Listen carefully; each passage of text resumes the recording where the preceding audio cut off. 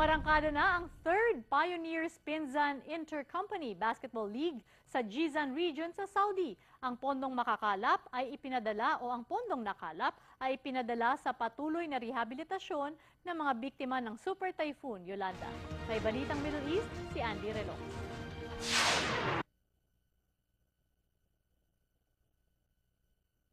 Halos 5 buwan matapos manalasa ang super bagyong Yolanda sa Kabisayaan, nagpupursigi pa rin ang mga Pinoy sa pagtulong para sa tuloy-tuloy na rehabilitasyon ng mga lugar na winasak ng dilubyo.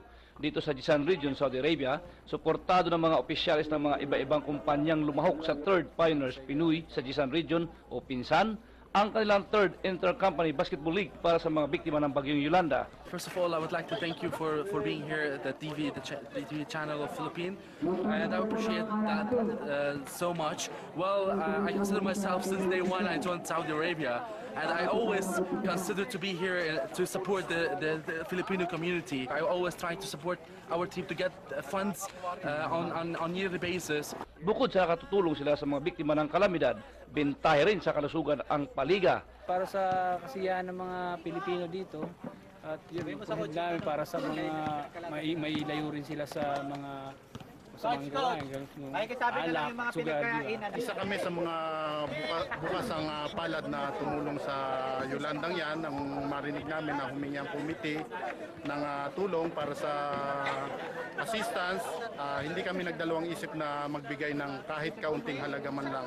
Bukod sa naitataguyod ang sportsmanship at team effort, nagiging gamot sa homesickness ng mga OFW ang mga community activity tulad ng paliga. Upang mabawasan yung lungkot namin siyempre nandito kami, wala yung mga pamilya namin, para makahanap din ng mga kaibigan. Nakatulong na po kami sa Yolanda victim, nag-donate na po kami sa ABS-CBN, nagpadala kami doon ng pera namin. Mga waray, Tacloban, Hasamar, padayon ang natong pagsulong.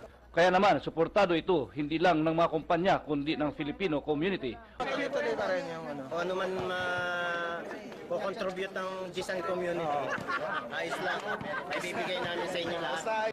Umaabot sa mahigit 3,500 Saudi Riyals cash or 39,600 pesos ang naipadalang halaga ng grupong ito, bukod pa sa mga kahon-kahong boxes ng relief goods mula sa iba-ibang kumpanya na sumali sa paliga.